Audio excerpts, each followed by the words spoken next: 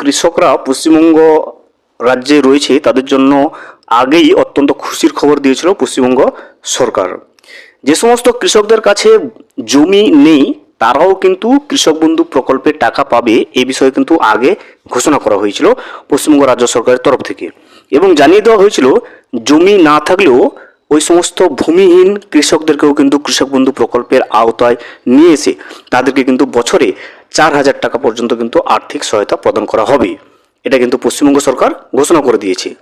এখন এই যে যারা ভূমিহীন কৃষক রয়েছে, তারা যারা যে সমস্ত কৃষকদের কাছে জমি নেই তাদের যে 4,000 টাকা দেওয়ার যে ঘোষণা করে দিয়েছে রাজ্য সরকার, সেই জায়গায় আবেদন করার জন্য কিভাবে সেই 4,000 টাকা পাবে, যে সমস্ত কৃষকদের জমি নেই তারা কিভাবে কৃষক বন্ধু প্রকল্পের আওতায় আসবে, সেই সম্পর্কে কিন্তু ইতিমধ্যে ফর্ম বের করে দিয়েছে রাজ্য সরকার। আজকের এই ভিডিওতে আমরা জেনে নেব যে যে সমস্ত কৃষকরা ভূমিহীন তারা কৃষক বন্ধু প্রকল্পে তাদের নাম নথিভুক্ত করার জন্য যে ফর্মটা বের করেছে রাজ্য সরকার, সেই ফর্ম তারা কিভাবে ফিল আপ করবে, সেই ফর্মের সঙ্গে কি কি ডকুমেন্টস জমা করতে হবে, কোথায় জমা করবে, এই বিষয়ে কিন্তু আজকের এই ভিডিওতে আমরা জেনে নেব এবং সম্পূর্ণ পদ্ধতি দেখে নেব, প্রত্যেকটা অপশন দেখে নেব যে কিভাবে সেই ফর্মটা কৃষক বন্ধুরা অর্থাৎ যে সমস্ত কৃষকের ভূমি নেই ওই সমস্ত কৃষকরা কিভাবে এই ফর্মটাকে ফিল আপ করবে, কী কী ডকুমেন্টস তার সঙ্গে জমা করবে, সমস্ত বিষয়টা আজকের এই ভিডিওতে আমরা বিস্তারিতভাবে জেনে নেওয়ার চেষ্টা করব। ভিডিওটি বিস্তারিতভাবে দেখে নেওয়ার আগে ছোট্ট একটা অনুরোধ, যদি চ্যানেলে নতুন হয়ে থাকেন অবশ্যই চ্যানেলটা সাবস্ক্রাইব করে রাখবেন এবং নোটিফিকেশনটা অল করে রাখবেন এই ধরনের সমস্ত আপডেট সবার আগে পাওয়ার জন্য। চলুন আজকের আপডেটটা আমরা বিস্তারিতভাবে দেখে নিই। এই মুহূর্তে আপনি স্ক্রিনে যে ফর্মটা দেখতে পাচ্ছেন এটাই হচ্ছে সেই ফর্ম। এই ফর্মকে ফিল আপ করে সমস্ত কৃষককে দিতে হবে যে সমস্ত কৃষকদের ভূমি বা জমি নেই অথচ তাদেরকে কৃষক বন্ধু প্রকল্পের আওতায় আনা হবে। অর্থাৎ যে সমস্ত কৃষকদের কাছে জমি নেই তারা জমিহীন হওয়া সত্ত্বেও যদি তারা তাদের নাম নথিভুক্ত করতে চায় কৃষক বন্ধু প্রকল্পে, তাদেরকে কিন্তু এই ফর্মটা ফিল আপ করে জমা করতে হবে। দেখুন এই ফর্মটা কিভাবে ফিল আপ হবে তার সম্পূর্ণ পদ্ধতি কিন্তু খুঁটে খুঁটে আমরা জেনে নেওয়ার চেষ্টা করব। প্রথমে এখানে দেখুন পশ্চিমবঙ্গ সরকার কৃষি বিভাগ থাকবে, এখানে তারপরেই এখানে দেখবেন লেখা থাকবে এইভাবে, application for registration under annual financial assistance scheme for landless agricultural labourers, এবং বাংলায় এখানে লেখা থাকবে দেখুন এখানে ভূমিহীন ক্ষেত মজুরদের জন্য বার্ষিক আর্থিক সহায়তা প্রকল্পে নাম নথিভুক্তকরণের আবেদনপত্র। অর্থাৎ যে সমস্ত কৃষকদের কাছে জমি নেই তাদেরকে এই ফর্মটা ফিল আপ করে জমা করতে হবে, তবেই গিয়ে কিন্তু তারা কৃষক বন্ধু প্রকল্পের আওতায় তাদের নাম উঠবে এবং বছরে যে 4,000 টাকা আর্থিক সহায়তা দেওয়ার অঙ্গীকার করেছে রাজ্য সরকার সেটা কিন্তু তারা পাবে। এখন আমরা আস্তে আস্তে দেখে নেব যে এই ফর্মটাকে কিভাবে ফিল আপ করতে হবে। দেখুন প্রথমে এখানে বলা হচ্ছে যে পার্সোনাল ডিটেলস ব্যক্তিগত তথ্য এবং নেম ইন ক্যাপিটাল লেটার্স, অর্থাৎ এখানে ওই কৃষকের নাম ইংরেজিতে বড় হাতের অক্ষরে কিন্তু লিখতে হবে। তারপরে যে এটা রয়েছে এখানে কিন্তু পুরো ঠিকানা দিতে হবে। প্রথমে আমরা দেখে নেব, দেখুন প্রথমে রয়েছে গ্রামের নাম, এই জায়গাতে আপনাকে আপনার গ্রামের নাম লিখতে হবে। তারপরে দেওয়া রয়েছে দেখুন গ্রাম পঞ্চায়েতের নাম এখানে লিখবেন, পরবর্তীকালে পোস্ট অফিসের নাম লিখবেন, এরপরে আপনার যে স্থানীয় ব্লক যেটা হবে সেটা লিখবেন, এরপরে আপনার পুলিশ স্টেশনের নাম লিখবেন, জেলার নাম লিখবেন এখানে আপনি, এবং তারপরে কিন্তু পিনকোড যেটা হবে আপনার স্থানীয় সেই পিনকোডটা এখানে আপনি মেনশন করবেন। এরপর যেটা রয়েছে যে ফাদার হাজব্যান্ডস নেম, অর্থাৎ এবারে আপনাকে কিন্তু বা পিতা এবং যে হাজব্যান্ড তার নাম কিন্তু লিখতে হবে এবং তার ডেট অফ বার্থ, এখানে কিন্তু আপনাকে ডেট অফ বার্থটা কিন্তু আপনাকে বসিয়ে দিতে হবে। আপনার যে জন্ম তারিখ, ডেট প্রথমে, তারপরে মাস, তারপরে বছর বসতে হবে। এবং এটা দেখবেন যে 1/4/2026 অনুযায়ী আপনার বয়স কত হচ্ছে সেটা আপনাকে কিন্তু হিসাব করে এই জায়গাতে বসাতে হবে। এরপর নিচের দিকে স্ক্রল করে বাকি ফর্মটা ফিল আপ করবো কীভাবে সেটা আমরা দেখে নেবো। এরপরে দেখুন যেটা রয়েছে আপনি যে আবেদন করছেন আপনি পুরুষ না মহিলা সেটা আপনাকে এখান থেকে বেছে নিতে হবে। পুরুষ হলে পুরুষে ঠিক করবেন, মহিলা হলে মহিলাটা ঠিক করবেন, এছাড়া অন্যান্য হলে আপনাকে সেই মতো আপনার যেটা হবে সেটা বসিয়ে দেবেন। এরপরে আপনার যদি যে ক্যাটাগরি হবে আপনি জেনারেল ক্যাটাগরি নাকি SC/ST ক্যাটাগরি নাকি OBC ক্যাটাগরি, আপনার যেটা হবে সেই মতো আপনাকে এখানে বসাতে হবে। এরপর যেটা গুরুত্বপূর্ণ তথ্য রয়েছে যে mobile number linked with bank account, এখানে আপনি যে কোনো মোবাইল নাম্বার দিলে হবে না, আপনার ব্যাংকের অ্যাকাউন্টের সঙ্গে যে মোবাইল নাম্বার লিঙ্ক রয়েছে ওই মোবাইল নাম্বারটা কিন্তু আপনাকে এখানে বসাতে হবে। এরপর রয়েছে দেখুন আধার কার্ড নম্বর এবং ভোটার কার্ড নম্বর। প্রথমে আমরা দেখে নেব এই জায়গাটাতে আপনাকে আধার কার্ড নম্বর বসাতে হবে এবং এই জায়গাটাতে আপনাকে ভোটার কার্ড নম্বর বসাতে হবে। তবে ভোটার কার্ড নম্বরটা বসানো আবশ্যিক নয়, তবে আপনাকে বলবো যে অবশ্যই আপনি ভোটার কার্ড নম্বরটা বসিয়ে দেবেন। এরপর দেখুন ব্যাংক ডিটেলস চেয়েছে এই জায়গাটাতে পুরোটাতে। আপনাকে আপনার যে ব্যাংক ডিটেল রয়েছে সেটা খুব ভালোভাবে আপনাকে পূরণ করতে হবে। প্রথমে কি করতে হবে দেখুন এখানে name as per bank account, এই জায়গাটাতে আপনার নাম অনুযায়ী যে ব্যাংকের অ্যাকাউন্টে যেভাবে বানান সহ নাম রয়েছে সেই বানান সহ নামটা আপনি এখানে লিখবেন। এরপরে আপনার কিন্তু অ্যাকাউন্ট নম্বরটা এই জায়গাতে লিখবেন, ব্যাংকের অ্যাকাউন্ট নম্বর। এরপরে আইএফএসসি কোডটা আপনাকে এই জায়গাতে বসিয়ে দিতে হবে এবং তারপর দেখুন এখানে ব্যাংকের নাম এখানে আপনি দেবেন এবং ব্রাঞ্চের যে ব্রাঞ্চে রয়েছে ওই ব্যাংকে ওই ব্রাঞ্চের নামটা এখানে আপনাকে বসাতে হবে। এরপর দেখুন অ্যাকাউন্টের ধরন রয়েছে, অর্থাৎ আপনার ব্যাংকের অ্যাকাউন্টের কী ধরনের সেটা আপনাকে লিখতে হবে। সেভিং ব্যাংক অ্যাকাউন্ট নাকি কারেন্ট ব্যাংক অ্যাকাউন্ট সেটা এখান থেকে আপনাকে মেনশন করে দিতে হবে। এরপর দেখুন অ্যাটাচ ব্যাংক ডকুমেন্ট কী কী আপনাকে ব্যাংক অ্যাকাউন্টের সঙ্গে জমা করতে হবে দেখুন উইথ ফটোগ্রাফ, ব্যাংক পাসবুক এবং ক্যান্সেলড চেক। অর্থাৎ আপনার যদি সেভিং ব্যাংক অ্যাকাউন্ট হয় সেক্ষেত্রে ফটো সহ ব্যাংকের পাসবই আপনাকে কিন্তু জমা করতে হবে। যদি কারেন্ট অ্যাকাউন্ট হয় সেক্ষেত্রে ক্যান্সেল চেক আপনাকে কিন্তু জমা করতে হবে।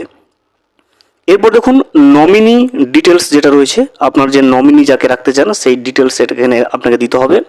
প্রথমে বলছে যে নেম অফ নমিনি, এখানে কিন্তু নমিনির নামটা আপনি যাকে নমিনি রাখতে চান তার নামটা এখানে লিখবেন। এরপরে রিলেশনস উইথ অ্যাপ্লিকেশন, আবেদনকারীর সঙ্গে কী সম্পর্ক সেটা আপনাকে এখানে দিতে হবে। নমিনিস ফাদার অথবা হাজব্যান্ডের নাম যদি থাকে সেক্ষেত্রে এই জায়গাতে বসাতে হবে। এরপরে নমিনির ডেট অফ বার্থটা এখানে বসাবেন এবং 1/4/2026 অনুযায়ী নমিনির বয়স কত হচ্ছে সেটা কিন্তু এখানে আপনাকে বসাতে হবে। এরপর দেখুন name of guardians if less than 18 years old, যদি আবেদনকারী 18 বছরের নিচে হয় তাহলে কিন্তু তাকে গার্ডিয়ানসের নাম এখানে দিতে হবে। এরপরে যেটা রয়েছে দেখুন এইভাবে ফিল আপ করার পরে এখানে যিনি আবেদন করছে তার সিগনেচার একটা বসাবেন এবং ডেট এখানে আপনাকে দিতে হবে। এরপরে এই জায়গাটাতে কিন্তু আপনাকে কিছু করার দরকার নেই, আপনি যেখানে জমা করবেন তারা কিন্তু এই পুরো জিনিসটা কিন্তু তারা ফিল আপ করবে। এখানে দেখুন এনরোলমেন্ট নাম্বার তারা একটা বসাবে, এখানে যিনি রিসিভ করছেন তার সিগনেচার হবে, বাকি যা নেম অফ অ্যাপ্লিক্যান্ট তারা এখানে লিখবে এবং তারা একটা অ্যাকনোলেজমেন্ট নাম্বার এখানে দেবে এবং যে ডেটে আপনি জমা করছেন সেই ডেটটা এখানে মেনশন থাকবে। এই জায়গাটা পূরণ করার কিন্তু আপনার কোনো প্রয়োজন নেই, যাকে আপনি জমা করছেন সেখান থেকে কিন্তু তারা এই জায়গাটা ফিল আপ করে দেবে। শুধুমাত্র ফর্ম ফিল আপ করে জমা করলে হবে না, তার সঙ্গে কিছু স্বঘোষণাপত্র জমা করতে হবে। আপনার আধার কার্ড এবং আধার কার্ডের তথ্য এবং আধার কার্ডের সঙ্গে যুক্ত মোবাইল নাম্বার ব্যবহার করার জন্য যে স্বঘোষণাপত্র সেটাও কিন্তু আপনাকে লিখিত আকারে জমা করতে হবে। এইভাবে কিন্তু তার ফরম্যাটটা আসবে। এখানে দেখুন প্রথমে আপনি এই স্বঘোষণাপত্রটা কীভাবে ফিল আপ করবেন এই জায়গাতে আপনাকে বলে দিই। প্রথমে দেখবেন আই, এরপর এখানে যিনি আবেদন করছেন তার নাম ইংরেজিতে লিখবেন। এরপর হচ্ছে name of beneficiary son daughter of, এখানে তার পিতার নামটা লিখবেন, যদি মহিলা হয়ে থাকে স্বামীর নাম লিখবেন। এখানে কিন্তু গ্রামের নাম লিখবেন, এই জায়গাতে ব্লকের নাম লিখবেন, এরপরে এখানে জেলার নামটা লিখবেন। লেখার পরে কিন্তু আপনি স্ক্রল করবেন, দেখবেন এখানে কিছু জিনিস চাইছে। প্রথমে দেখুন এখানে আধার নাম্বারটা বসাবেন আপনার, এরপরে আধার লিঙ্কড মোবাইল নাম্বার অর্থাৎ আধার কার্ডের সঙ্গে যুক্ত মোবাইল নাম্বারটা এখানে বসাবেন এবং আপনার এপিক নম্বর বা আইডেন্টি কার্ডের নাম্বারটা এখানে বসাবেন। এই জায়গাতে আবেদনকারীর সিগনেচার নেবেন, তার গ্রামের নামটা এখানে লিখবেন এবং তারপরে কিন্তু এখানে ডেটটা লিখবেন। এখানে দেখবেন একটা ছোট্ট করে একটা নোট দেওয়া আছে, self signed copy of Aadhaar to be enclosed, অর্থাৎ এই ফর্মের সঙ্গে নিজস্ব সিগনেচার সহ একটা আধারের ফটোকপি কিন্তু যোগ করতে হবে। এরপরে আপনি যে একজন ভূমিহীন ক্ষেত মজুর তার জন্য একটা সেলফ ডিক্লারেশন বা স্বঘোষণাপত্র সেটার সঙ্গে কিন্তু আপনাকে যোগ করতে হবে। এটার যে ফরম্যাটটা এইভাবে দেখবেন, এখানে লেখা থাকবে, আপনি দেখতে পাবেন পশ্চিমবঙ্গ সরকার কৃষি বিভাগ ভূমিহীন ক্ষেত মজুরদের জন্য বার্ষিক সহায়তা প্রকল্পে আবেদনের জন্য স্বঘোষণাপত্র, অর্থাৎ এই ঘোষণাপত্র কিন্তু আপনাকে ফিল আপ করে দিতে হবে। এরপরে এখানে আপনার নাম বসাবেন, উপভোক্তার নাম, এবং এখানে দেখবেন উপভোক্তার নামটা এই জায়গাতে বসবেন যিনি আবেদন করছেন। এরপরে ড্যাশ পিতা, অর্থাৎ এখানে আপনার বাবা বা স্বামীর নাম লিখবেন, যদি মেয়ে হয়ে থাকেন আপনার গ্রামের নাম এই জায়গাতে লিখবেন এবং তারপরে কিন্তু আপনার যে মিউনিসিপ্যালিটি বা ব্লক রয়েছে সেই পঞ্চায়েতের নাম এই জায়গাতে লিখবেন। এরপরে ব্লকের নামটা এখানে লিখবেন, থানার নামটা লিখবেন এখানে।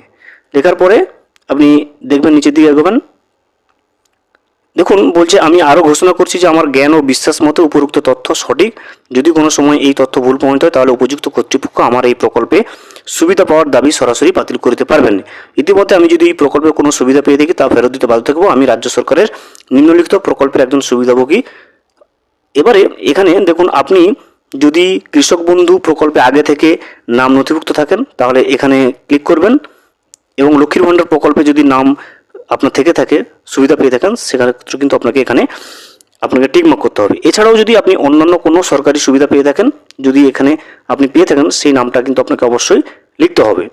লেখার পরে এখানে আপনি আবেদন যিনি করছেন তার সিগনেচার করবেন, আবেদনকারী মোবাইল নাম্বার এখানে দেবেন, গ্রামের নাম এখানে বসাবেন, এবং পরবর্তীকালে এখানে তারিখটা বসিয়ে দেবেন। ওই একই ফর্ম, উপরোক্ত ফর্মের যে ইংরেজি ফর্ম ভার্সনটা সেটা কিন্তু এখানে দেওয়া রয়েছে। এখান থেকে ইংরেজি যদি ফর্ম ফিল আপ করতে হয় সেটা কীভাবে করবেন দেখুন। এখানে আপনার নামটা লিখবেন, সন ডটার ওয়াইফ অফ, আপনার পিতার নামটা এখানে লিখবেন, যদি মেয়ে হয়ে থাকেন তাহলে স্বামীর নাম লিখবেন, এখানে আপনার গ্রামের নাম লিখবেন, এরপরে আপনার যে গ্রাম পঞ্চায়েতের নাম এখানে লিখবেন, এই জায়গাতে আপনার ব্লকের নাম লিখবেন, এখানে আপনার থানার নাম লিখবেন, এবং এখানে জেলার নাম লিখবেন। লিখে নিয়ে আসবেন, উপরের দিকে চলে আসবেন। যদি একই কথা, যদি কৃষক বন্ধু প্রকল্পে টাকা পেয়ে থাকেন এখানে টিক করবেন, যদি লক্ষ্মীর ভাণ্ডার প্রকল্পে টাকা পেয়ে থাকেন এখানে টিক করবেন। এছাড়া অন্যান্য যদি কোনো সরকারি সুবিধা পেয়ে থাকেন তার নামটা এখানে লিখবেন, লিখে সিগনেচার করবেন, মোবাইল নাম্বার এখানে দেবেন, এখানে গ্রামের নাম বসাবেন, এবং এই জায়গাতে আপনি ডেট বসাবেন, যে ডেটে আপনি জমা করছেন। করলে কিন্তু আপনার সমস্ত ফর্ম ফিল আপটা কিন্তু সম্পূর্ণ হবে। এরপরে আপনি এর সঙ্গে কি কি জমা করবেন তার যে সম্পূর্ণ লিস্টটা কিন্তু এখানে দেওয়া রয়েছে। দেখুন, প্রথম থেকে আপনাকে বলে দেওয়া হচ্ছে এই জায়গাতে কি কি জমা করতে হবে, সমস্ত কিছু কিন্তু লিস্ট দেওয়া রয়েছে।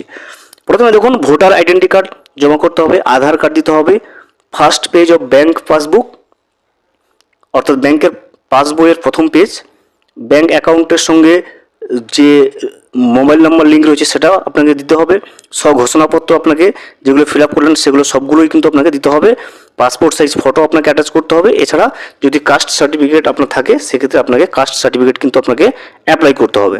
করে কিন্তু আপনি সিগনেচার এখানে জমা করলে, সমস্ত কিছু জমা করার পরে যেখানে আপনি জমা করছেন তার সিগনেচার এখানে থাকবে, এবং এখানে ডেট বসবেন, ক্যাম্প কোথায় হচ্ছে সেই লোকেশন বসে আপনাকে কিন্তু সমস্ত রিসিপ্ট কপিটা কিন্তু দিয়ে দেবে। তো এইভাবে কিন্তু আপনাকে পুরো ফর্মটা ফিল আপ করতে হবে, তার সঙ্গে ঘোষণাপত্রগুলোও কিন্তু পূরণ করতে হবে, এবং সঙ্গে ওই সমস্ত ডকুমেন্টসগুলো আপনাকে সেলফ অ্যাটেস্ট করে বা নিজে স্বাক্ষর করে কিন্তু জমা করতে হবে স্থানীয় ক্যাম্পে অথবা আপনার গ্রাম পঞ্চায়েতে জমা করতে হবে, যেখানে এই ফর্মগুলো নেওয়া হচ্ছে। তবে গিয়ে কিন্তু আপনি যদি একজন কৃষক হয়ে থাকেন এবং আপনার যদি জমি না থেকে থাকে তবুও কিন্তু আপনি কৃষক বন্ধু প্রকল্পে আপনার নাম নথিভুক্ত হবে, এবং বছরে আপনি 4,000 টাকা রাজ্য সরকার তরফ থেকে আর্থিক সহায়তা পেয়ে যাবেন। ভিডিওটি সম্পূর্ণভাবে দেখার জন্য অসংখ্য ধন্যবাদ। এখনও পর্যন্ত যদি চ্যানেলে নতুন হয়ে থাকেন এবং সাবস্ক্রাইব না করে থাকেন, অনুগ্রহ করে চ্যানেলটা সাবস্ক্রাইব করে পাশে থাকবেন।